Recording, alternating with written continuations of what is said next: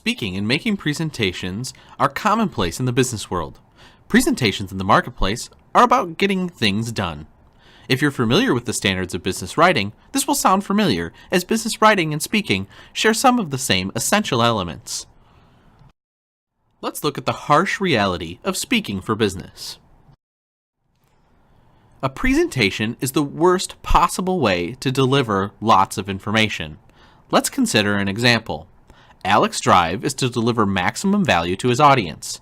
It seems to make intuitive sense that the way to deliver that maximum value is to give the audience as much information as possible. But information transfer doesn't work that way. A presentation is the worst possible way to deliver lots of information to another person. The person on the receiving end has no control. They can't adjust the pace or delivery. They can't pause to process or think. Consider this reality when speaking in business. We can't assume that if we say it, our audience will get it. I've been confronted from this time and time again with the reality that people haven't understood what I've said. People daydream. They think about what you just said, so they miss what you're saying right now, or they don't understand what you've said altogether. To combat these obstacles, you have to craft your content to meet the needs of your audience and enhance it with an example or an analogy. Remember, storytelling is essential.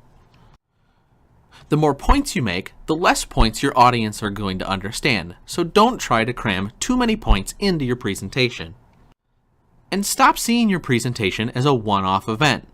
Are you driven by the all-too-common business presentation scarcity mindset? Do you say to yourself, this is the only time I'm going to get in front of these people, so I've got to tell them everything? That makes you want to cram in as much as possible.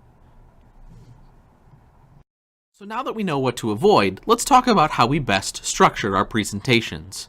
Speaking for business is about providing the content your audience needs when they need it. Whether you're presenting to a department or an organization as a whole, it's important to gear the presentation towards your audience. The following offers some guidance in structuring the content of your presentation. Let's take a look. Organization. A presentation should have an opening, a body or the content, and a closing. The opening should comprise about 10 or 20% of the presentation. Get to the point in the body of the presentation, allocating between 65 and 75% of your time. Finally, rehash your key points and close with a statement that encapsulates the main point of the presentation. Including questions, the closing should round out the additional 10 or 20% of your overall presentation. Your presentation should have one big idea. Ensure your presentation only has one focus. Choose one big idea as your main thesis for your talk or your presentation. Don't try to put too many ideas in your presentation. Research shows that people remember very little from speeches, so give them one idea to hang on to. Choose a destination point for your presentation. When people leave the room, what will they do or feel differently than they did before hearing your presentation? Answer that question and give them something to act on. Apply the age-old rule of 3 when structuring content to your presentation. Based on your one big idea, have up to 3 points that helps you solidify your content. 3 items act as a powerful unifying format. Here's some examples. 3 key themes together that cover a wide area of content. 3 items that act in sequence to get to a desired outcome. Or 2 problems and a solution that resolves the problem.